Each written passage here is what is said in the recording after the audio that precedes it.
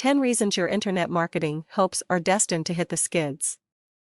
Ask your average internet marketer how well they're doing, that is, truthfully doing. Then ask them the hours they've lost beavering away on awful cookie-cutter websites that no sane person ever visits. Ask the marketer how many opportunities they have signed up to, how many next best things that they have been misled into signing up with only to discover the same old dross. And yet they carry on pegging away in the belief that this new project will be different. Does this sound like you? Do you recognize yourself here?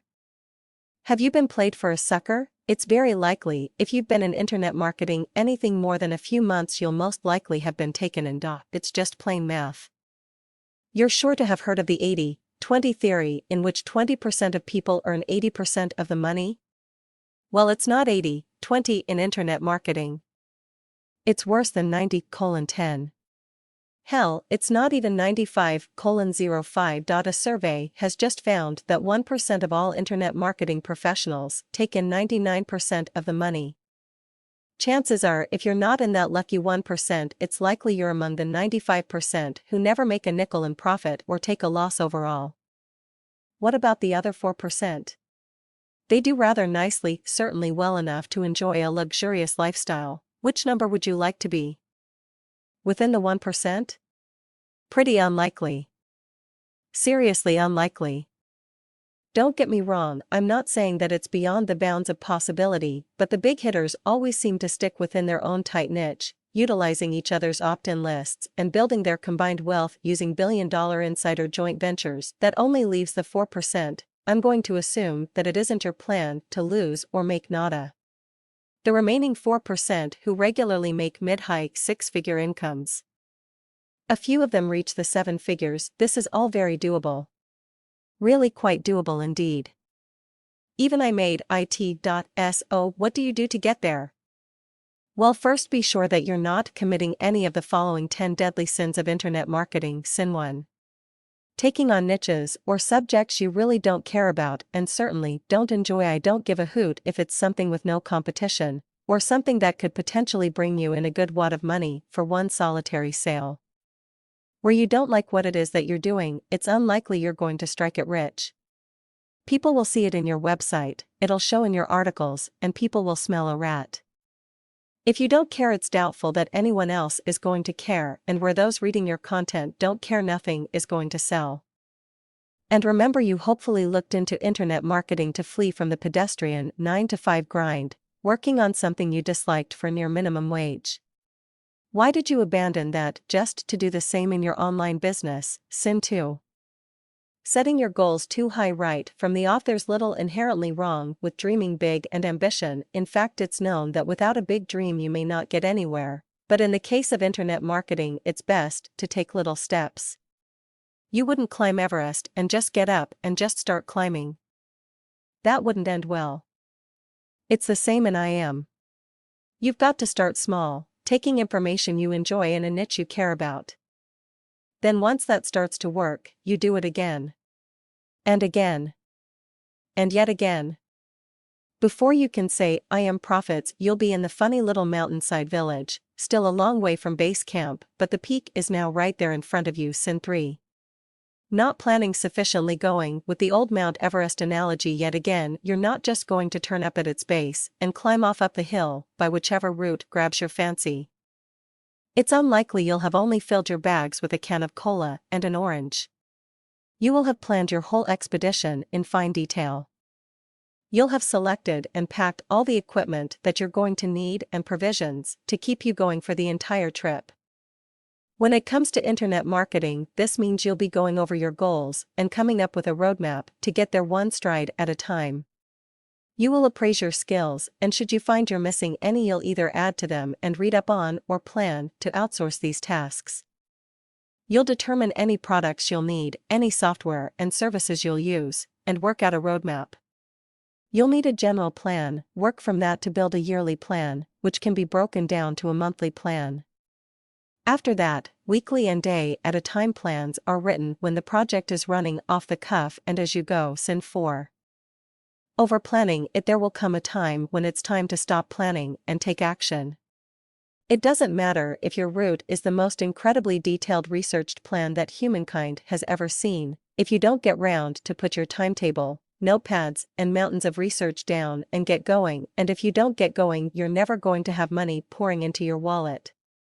Period. Sin 5. Not sticking with your planet can be fruitless. Coming up with these plans if you don't follow them, and when I say follow, I don't say stick to them rigidly either. When you're hoping for success in any shape, you must remain fluid. This is how overplanning can sometimes be an issue and may stop a business from getting to the next stage. The sort of plan sticking you want to be following is this: write your daily plans every day and your weekly plans. Okay, you follow me. Follow them through.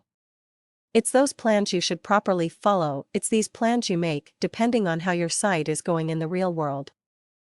Check them against your monthly, yearly, and overall plan to be certain you're headed in the right direction. Alter the monthly if you have to. Tweak the yearly if required. Should you think the general plan needs altering heavily, then you're either headed in the wrong direction or you've evolved and should maybe be thinking about a new project to suit the evolving you. Sin 6. Paying no attention to your gut when you're beginning a new venture. Most likely you've got a feeling in your gut.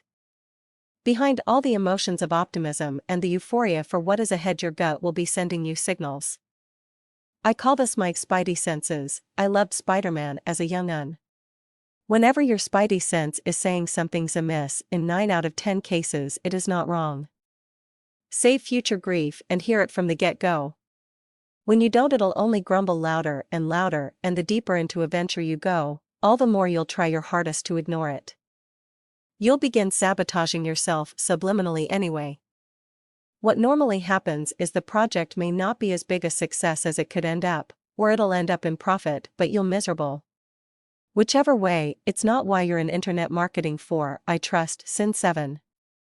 Searching for the big secret. Here's the rub, there is no big secret.